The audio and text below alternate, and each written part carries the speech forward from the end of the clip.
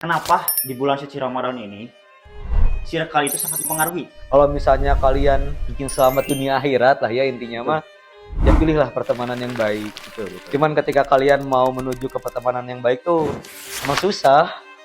Manusia itu salah satu makhluk yang bersifatnya mudah tertular, mudah terpengaruh. Teman-teman harus bisa menjadi diamondnya dulu lah, berliannya dulu. Yang dimana secara tidak langsung juga kenapa saya mengistilahkannya sebagai diamond, karena ketika udah tersorot cahaya, cahayanya akan menyebar luas, semua orang juga bisa memperlihatkan bahwa oh ini yang berharga, ini yang bagus. Jadi saya harap teman-teman bisa menjadi berlian di tempat yang kurang baik itulah. Assalamualaikum warahmatullahi wabarakatuh. Waalaikumsalam warahmatullahi wabarakatuh. Kembali lagi di podcast Kabaran. Kajian bulan Ramadan.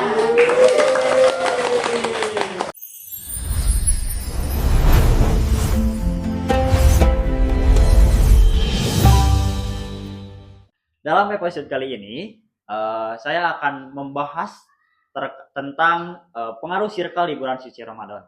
Nah, perkenalkan nama saya Tantan Setiawan dan saya di sini tentunya tidak sendiri dan saya ditemani dengan Bapak Ogi Mahendra.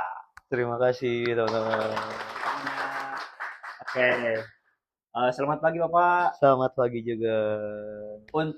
Gimana kabarnya, sehat? Alhamdulillah. Tantan sehat? Alhamdulillah sehat Bapak. Untuk sekarang kesibukan Bapak sebagai apa sih? Kalau sekarang ya nggak beda jauh lah sama seperti sebelum-sebelumnya. Saya tetap masih mengajar juga teman-teman semua. Terus sekarang alhamdulillah di bulan puasa ini saya ada bisnis sampingan juga yang sedang dijalani di bulan puasa, dan itu khusus di bulan puasa aja sih sebenarnya. Jadi selain bulan puasa ya usahanya yang lain lagi. Kayak gitu. Tantan sekarang lagi sibuk apa? Nah, selain menjadi mahasiswa ya Pak, saya juga menjadi kayak kerja lagi freelance gitu ya, freelance ya di kampung halaman gitu. Oke, Gitu. syukurlah alhamdulillah. Tantan gimana bulan puasa ini? Wah, Puasanya pasti bakal tamat sebulan? yang pastinya tamat dong. Kesian Tamat banget. dong. Kalau saya mah tamatnya cuma sampai maghrib aja. Oh. Karena kalau sampai sebulan, Iya betul. kelamaan. Iya betul sekali. Aduh, saya salah menjawab ya kayaknya. Nggak salah. Nggak salah. Cuman masih abstrak aja Masih abstrak aja, pertanyaannya. betul. Iya. Kurang tertuju gitu ya. Betul, betul. Iya, Itu nggak betul. salah kan? Nggak salah. Enjoy ya. Ya, siap. Nah, ini ya terkait tema. Tadi saya sudah sampaikan bahwa tema ini adalah pengaruh circle di bulan suci Ramadan. Nah, sedikit bercerita ya Pak. Kenapa saya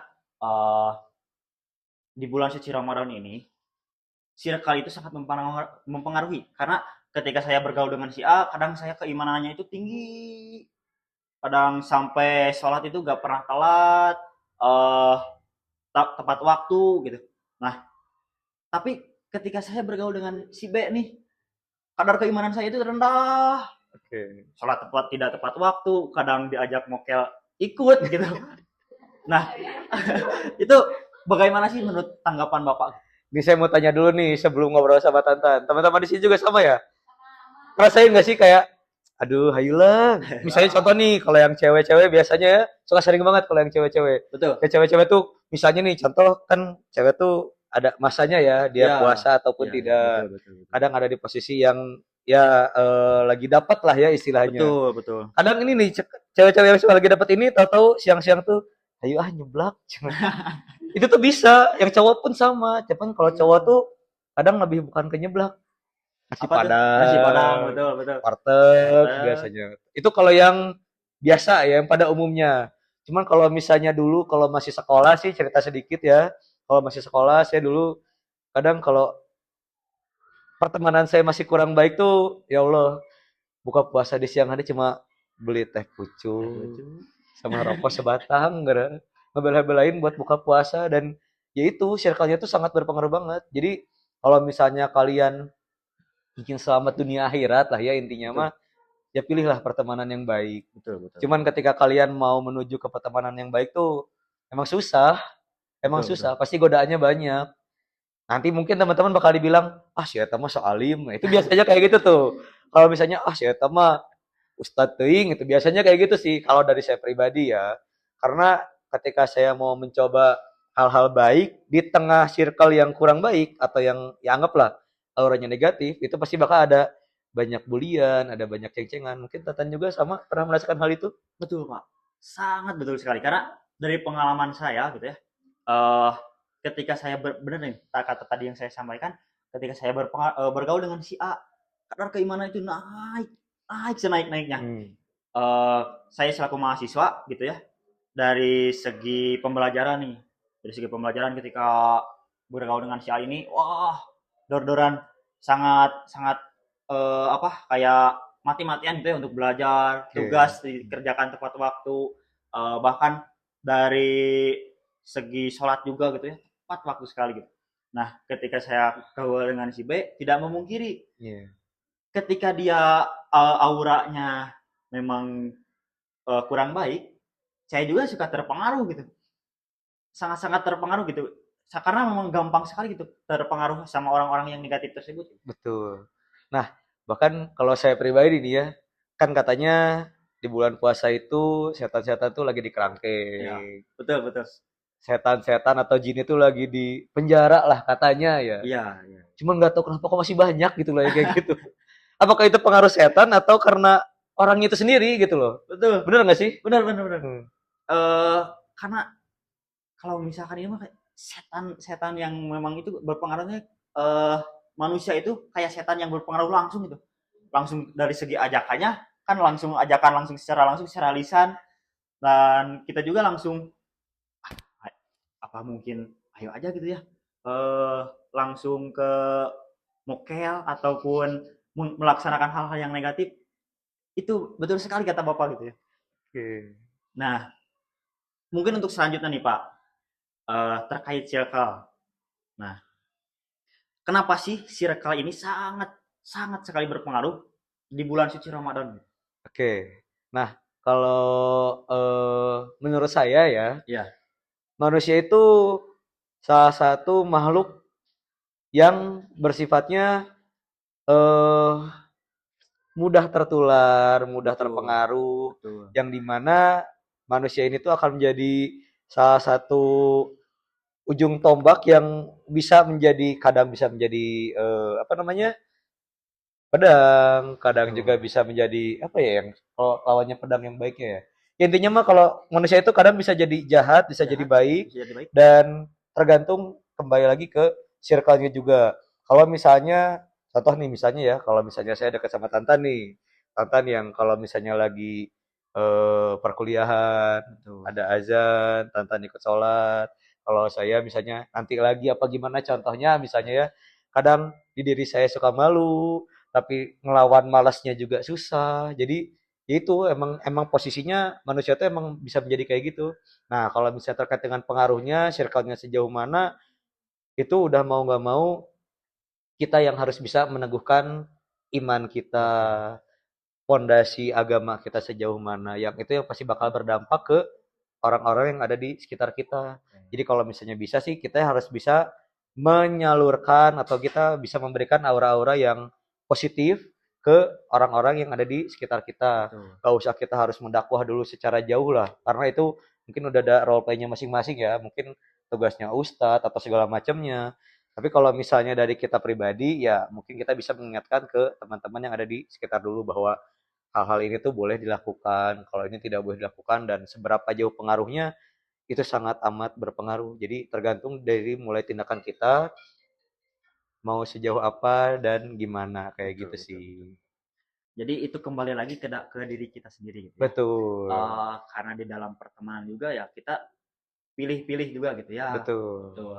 Karena dari apa yang kita perbuat, ketika kita kadar keimanannya sedang lemah, pasti kita juga akan ikut ya Betul. terhadap eh, orang-orang yang memang dari segi circle-nya negatif gitu. Betul. Contohnya ginilah, kalau misalnya saya kutip cerita dari zaman Rasulullah SAW, ini berdasarkan dari hadis riwayat Abu Daud, kalau nggak salah, mohon maaf, kalau tolong koreksi kalau saya kurang tepat.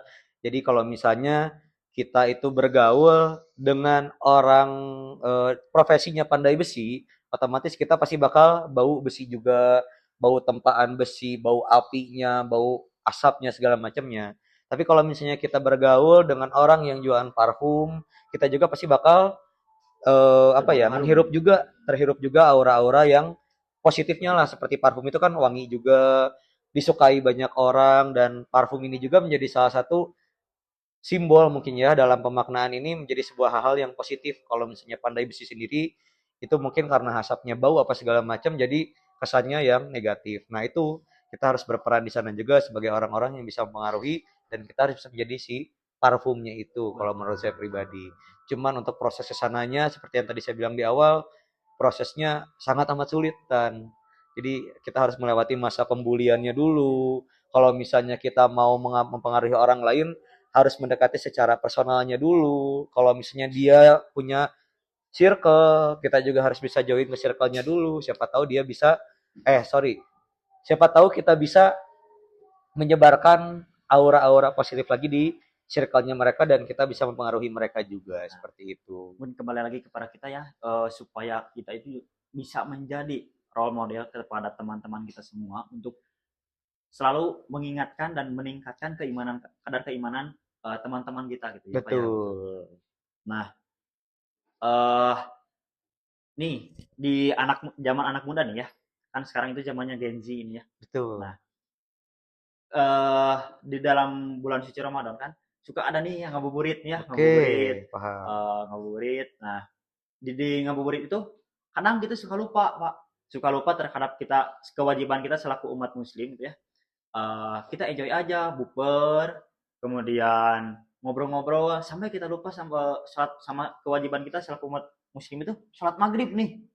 Sholat maghrib kita lupa. Nah, cara supaya enggak kita itu lupa terhadap apa yang menjadi tugas kita itu bagaimana, Pak? Oke, ini mungkin keresahan bagi teman-teman semua. Saya juga pernah merasakan hal itu, teman-teman. Karena contohnya ya, pengalaman saya ketika saya reunian sama teman SMP, SMA, bahkan teman-teman kuliah, ketika kita reunian tuh sepertinya ya, kita tuh nggak mau kehilangan momen sedikit pun gitu loh. Betul. Kita lagi ngomongin orang, nyeritain karir orang, atau misalnya teman-teman kita lagi ada yang memperlihatkan bahwa ya dia lagi baik-baik aja, dia lagi sangat amat superior mungkin Ya, ya. Kita lagi, oh iya iya, mungkin kita jadi termotivasi apa gimana. Yang ujung-ujungnya itu bakal, aduh, kalau ketinggalan momen ini kayaknya sayang dan malah lebih merelakan meninggalkan sholat kayak gitu. ya. Dan itu emang sering terjadi juga. Dulu waktu saya masih ingat ada di satu momen bukber dengan teman-teman SMP dulu. Jadi kalau misalnya kita sholat, kadang ya, kalau misalnya ada satu dua orang-orang itu yang suka jadi inisiatornya. Jadi Ya. yang inisiatornya ini tuh kadang kalau misalnya orang lain pada sholat, ayo misal keluar keluar yang kayak baik di dia. Karena kan biasanya kalau buka barengnya tuh suka di rumah siapa, ada orang tua Betul. aja kan malu juga. Jadi mending kabur dulu, biasanya ada yang kayak gitu. Nah, Iya. makanya kalau misalnya kita berteman juga, itu tuh lebih ke kayak bertemu diamond gitu loh. Kalau misalnya kita ada satu orang yang mengajak, ayo sholat dulu gitu. Itu tuh kayak sebuah apa ya, ilham Ilham. mungkin yang bahwa ya itu yang harus dilakuin dan orang yang seperti itu mungkin ya yang harus saya pertahankan Betul. daripada setelah hayu keluar heula apa nyebat heula lah atau apa neangan nutis atau apa Iya, segala iya. macam pasti bakal kayak gitu dan ujung-ujungnya ya alhamdulillahnya udah pasti kalau misalnya kita berjalan ke arah yang baik-baik juga pasti bakal menyampaikan apa datang kepada kita lagi lah kayak Betul, betul, gitu. betul. Tapi kalau misalnya kita melewatkan momen tersebut, ya sebaiknya jangan ditinggalkan, nah khususnya terkait dengan sholat atau berbagai macamnya. Karena itu menjadi salah satu fondasi juga kan, dan apalagi di bulan puasa ini, mungkin teman-teman juga tahu semua bahwa di bulan puasa juga, apa namanya, pahala kita sedang diberikan berkali-kali lipat lah Betul. oleh Allah Subhanahu wa taala, yang dimana ini menjadi ladang amal juga selama 1 bulan ini. Jadi kalau misalnya terkait dengan circle apa segala macamnya, saya harap teman-teman juga bisa memilih circle tuh yang baik. Jadi bukan termaksud teman-teman picky dalam memilih pertemanan, bukan. Tapi teman-teman di sini lebih condong memilih langsung aja lah ya, langsung to the point, mau pilih surga apa neraka sih gitu aja lah.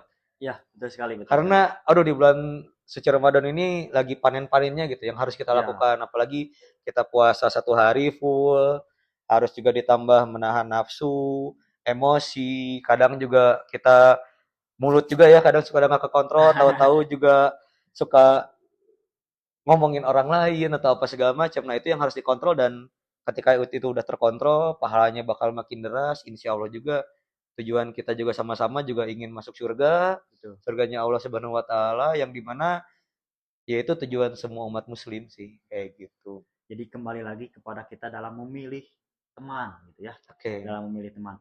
Jadi kita berteman dengan siapa aja boleh, tapi kita harus bisa menahan diri gitu. betul. Harus bisa menahan diri dari segi pertemanan itu. Nah, eh tadi Bapak sempat menyinggung nih terkait kita suka keceplosan ketika kita sedang mengobrol dengan teman-teman di siang hari, Oke. sedang puasa dan memang pahalanya itu sedang besar-besarnya gitu di bulan puasa itu. Nah, kita tuh suka keceplosan ngomongin orang lain. Nah, bagaimana sih supaya kita menanggulangi hal tersebut gitu, supaya kita nggak ngomong kemana kemana aja gitu. Kalau dari saya tuh jujur sulit banget. Sulit banget. Teman-teman juga pasti ngerasain lah.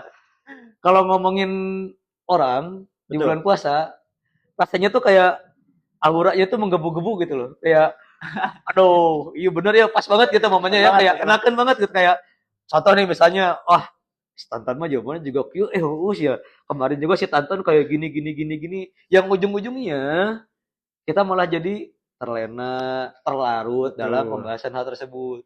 Nah, kalau Tantan tanya ke saya tujuannya seperti apa, cara merubahnya gimana, itu sulit. Sulit. Harus Ya. ada malaikat dulu nih datang nih. Entah ada orang baik yang mengingatkan, ulah ngomongkan batur baik gitu Ya. misalnya, atau udah jangan ngebahas ini dulu yang lain lagi. Atau misalnya kayak gitu. Tapi kan orangnya kayak gitu nggak enak juga. Iya. Misalnya kita lagi ngobrol berdua asik-asik, tahu-tahu ada orang, ngomongkan batur baik kan, naon sih mana kan biasanya paling kayak gitu ya Iya, ujung-ujungnya. betul. Nah itu yang harus ngontrolnya juga tetap. Sebenarnya sih ya, harusnya yang ngontrolnya itu diri sendiri. Cuman kan susah ya kalau udah ikut terlarut, emosinya juga keluar, Betul. malah seolah-olah tuh kayak kita ngegibah tuh kayak dapat pahala gitu loh. Kayak momennya tuh pas gitu ya. Karena kita tuh kayak memberikan sebuah informasi yang harus dikonsumsi gitu. Iya, betul betul Tapi betul. kan ya itu kan seharusnya tidak ya, karena perspektif orang mungkin kalau menurut saya baik, menurut Tantan kurang baik, menurut orang juga orang lain kan belum Belum, tentu. betul. Kayak gitu. Jadi kalau misalnya terkait dengan ngegibahin, ya kalau saya sih harus ada yang mengingatkan yang lain lah gitu. Harus ada malaikat lagi yang lain kalau menurut saya sih kayak gitu. Kalau Tantan gimana nih caranya? Ada nggak?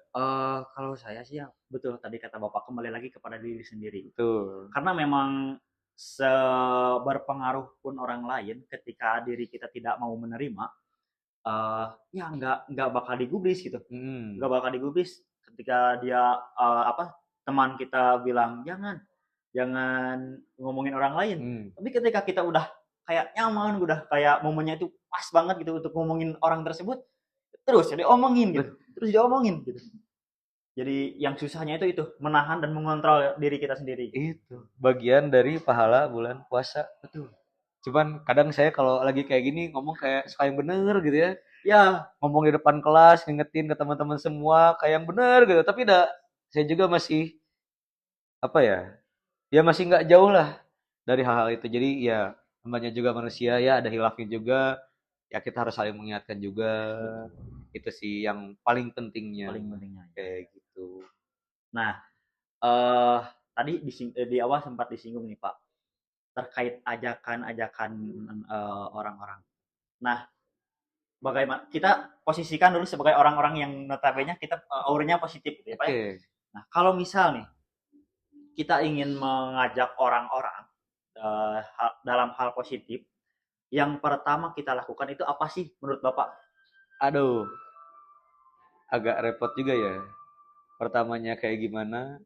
Jadi yang udah pasti pertamanya kita harus bermuhasabah diri mungkin ya. Muhasabah diri, betul. Ya, kita harus mencari tahu dulu terkait dengan takaran kita sejauh mana bisa mempengaruhi orang lain, kapasitas kita bagaimana, sehingga hal-hal itu bisa menjadi hal-hal yang baik juga bagi orang lainnya. Jadi kita bisa menyebarkan aura-aura positifnya juga. Nah, prosesnya itu sangat amat sulit. Yang otomatis kita harus bisa berteman dengan circle yang positif juga. Betul. Itu yang pertama. Yang kedua, ketika kita mencari circle-circle positif, pasti berujungnya bakal ada peperangan terhadap diri kita sendiri juga. Bahwa yang dulu kita asalnya, kalau saya bilangnya sih baragajul ya. Baragajul. Ya, jadi kalau baragajul tuh apa ya? Ya masih hal-hal yang bersifatnya negatif atau nakal lah kayak gitu. Betul, Nah, betul. mau menuju ke hal-hal yang baik tuh kadang suka ada peperangan dulu dalam diri sendiri. Kayak pantas nggak sih kita masuk ke sana? Ya. Itu yang pertama. Yang kedua, kita tuh kotor loh gitu.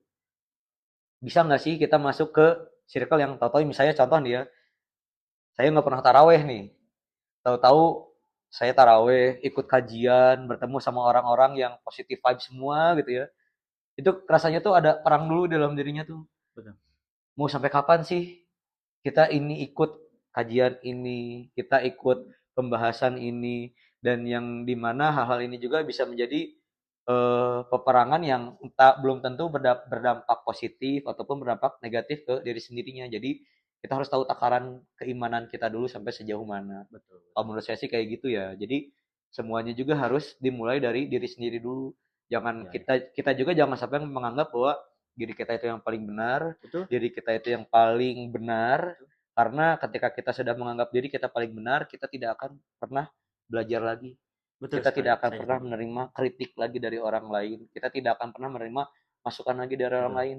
Dan ketika sudah menjadi hal itu sudah terbentuk dalam diri, kita menolak dan dikritik segala macamnya, kita makin akan terjerumus dengan hal-hal yang tidak baik ke Betul depannya. Kalau dari saya pribadi sih seperti itu.